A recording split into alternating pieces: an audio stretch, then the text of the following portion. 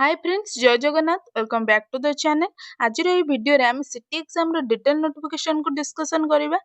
City exam पई eligibility कोन रहिछि, डेडलाइन केबे, एज क्राइटेरिया कोन रहिछि एवं केउ माने अप्लाई करि परिबे इत्यादि टॉपिक रे डिस्कशन करिबा।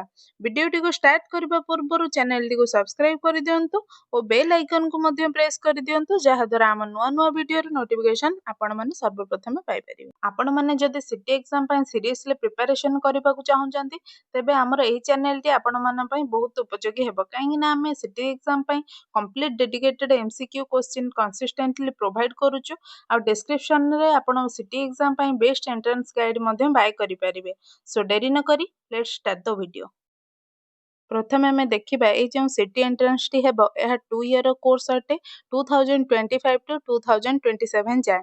एथिरे 30 टी डीआईईटी माने district institute of education and training एवं 4 टी बीआईईटी माने block institute of education and training, 31 टी government elementary teacher education institution एवं 2 टी एससी एसटी डेवलपमेंट आ गोटे non government aided secondary training school रही। Next course duration CT course पे 2 ईयर ड्यूरेशन रही। यार वर्किंग डेज गुड़िक आपड़ जदि ये कोर्स रे एनरोल होती तेबे आपन को प्रति वर्ष 200 वर्किंग डेज रो पीरियड कवर करिया पड़िबो। आ सेतरे 80% कोर्स वर्क रही एवं 90% स्कूल इंटर्नशिप रही। आपन को कौन से स्कूल रे टीचर भाव में इंटर्नशिप करने को पड़िबो। नेक्स्ट एवरी डिस्ट्रिक्ट रे डीआईईटी रही और ईटीआई मध्य रही, जार सीट होउची 100 etch. So total all Odisha seat होउची 6550। नेक्स्ट यार इलिजिबिलिटी कौन रही एवं यह क्यों माने अप्लाई करि परिबे। एही कोर्स पई कैंडिडेट मिनिमम +2 एग्जाम पास करथिबा दरकार। आर्ट्स कॉमर्स साइंस सब स्ट्रीम रो स्टूडेंट माने यह अप्लाई करि परिबे। आ +2 रे जने जनरल कैंडिडेट 50% मार्क रखी पास करथिबा दरकार। एससी एसटी एससीबीसी पीएच माने फिजिकल हैंडिकैप्ड कैंडिडेट 45% मार्क रखी पास करथिले एही एंट्रेंस पई एलिजिबल होई परिबे। जो मैंने +2 एग्जाम देइछंती बट रिजल्ट तांकर ए जाय बाहरी नहीं, अपियर्ड कैंडिडेट माने मध्य एई फॉर्म पकाई एंट्रेंस रे मध्य बसी परिबे। बट जो मैंने फर्स्ट ईयर कंप्लीट करी सेकेंड ईयर रे एनरोल करिसंती से माने एही एग्जाम पई एलिजिबल नहंती। नेक्स्ट देखिबा एज लिमिट 30 जून 2025 को कैलकुलेट करा जिवो। एससी एसटी एससीबीसी कैंडिडेट को यही डेट सुधा मैक्सिमम 35 एज बा ताठारो कम होइतिबा दरकार। इथिरे मिनिमम एज रो कोनोसी प्राबंधी नाही। सेमिति वुमेन कैंडिडेट को मध्य मैक्सिमम 35 ईयर होइतिबा दरकार किंबा ताठारो कम। जनरल कैंडिडेट को मध्य मैक्सिमम 30 ईयर किंबा ताठारो कम होइतिबा दरकार।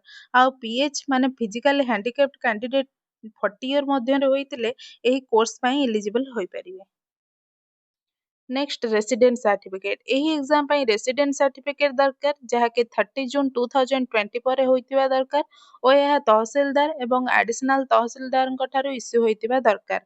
Next SC ST SCBC candidate माने मध्य कास्ट सर्टिफिकेट बाहर करथिबा दरकार।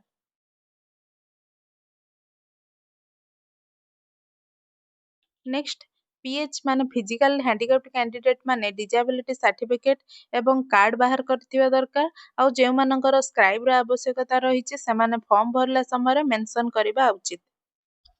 नेक्स्ट स्टेट कोटा रे 5750 सीट अछि आ यह वेरियस कैटेगरी अनुसार डिस्ट्रीब्यूट होईछि।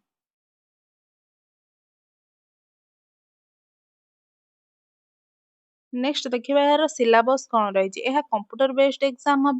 एथिरे टोटल 90 क्वेश्चन रही और दुईटी सेक्शन रे हेबो। सेक्शन 1 30 मार्क आउ सेक्शन 2 60 मार्क रही। यार टाइम ड्यूरेशन 90 मिनिट रही। यही entrance T both English and Odia language रे हेबो। सेक्शन 1 रे English education and general awareness reasoning teaching aptitude रही, जहा कि 30 मार्क रे हेबो। एवं सेक्शन 2 रे Odia math social science science इत्यादि रही, जहा कि 60 मार्क रही। एवं डिटेल सिलेबस एंड 60 डेज रो स्ट्रेटजी आमे नेक्स्ट वीडियो रे आनिबो, जहा कि आपण माननको एग्जाम क्लियर करिबार निश्चिंत हेल्प करिवो। नेक्स्ट फीस केते रही देखिबा। जनरल एवं एससीबीसी कैंडिडेट को पई 500 एप्लिकेशन फीस रही एवं एससी एसटी कैंडिडेट को पई 300 एप्लिकेशन फीस रही। नेक्स्ट देखिबा अप्लाई केउ डेट रे स्टार्ट हेबो।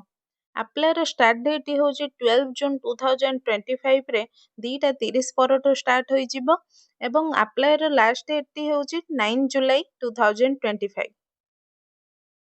Thank you friends for watching this video. जदि आपण मानक ଏହି ଭିଡ଼ିଓଟି ଭଲ ଲାଗିଛି ତେବେ ଲାଇକ୍ ସେୟାର କରିଦେବେ ଏବଂ କମେଣ୍ଟ ମାଧ୍ୟମରେ ଜଣାଇଦେବେ ଯେ ଭିଡ଼ିଓଟି ଆପଣ ମାନଙ୍କୁ କେମିତି ଲାଗିଲା ଏବଂ ସିଟି ଏକ୍ଜାମ ପାଇଁ କମ୍ପ୍ଲିଟ୍ ସିଲାବସର ସିରିଜ୍ ଏହି ଚ୍ୟାନେଲରେ କଣ୍ଟିନ୍ୟୁ ଚାଲିବ। ସୋ ଚ୍ୟାନେଲଟିକୁ ସବସ୍କ୍ରାଇବ କରିଦିଅନ୍ତୁ ଏବଂ ଅଲ୍ ବେଲ୍ ଆଇକନକୁ ମଧ୍ୟ ପ୍ରେସ୍ କରିଦିଅନ୍ତୁ ଯାହାଦ୍ୱାରା ନୂଆ ନୂଆ ଭିଡ଼ିଓର ନୋଟିଫିକେସନ୍ ସର୍ବପ୍ରଥମେ ଆପଣମାନେ ପାଇପାରିବେ। ତ ଆଜି ପାଇଁ ରହିଲି, ଦେଖା ହେବା ପୁଣି ଏକ ନୂଆ ଭିଡ଼ିଓ ସହିତ। Thank you, take care, god bless you all and ଜୟ ଜଗନ୍ନାଥ।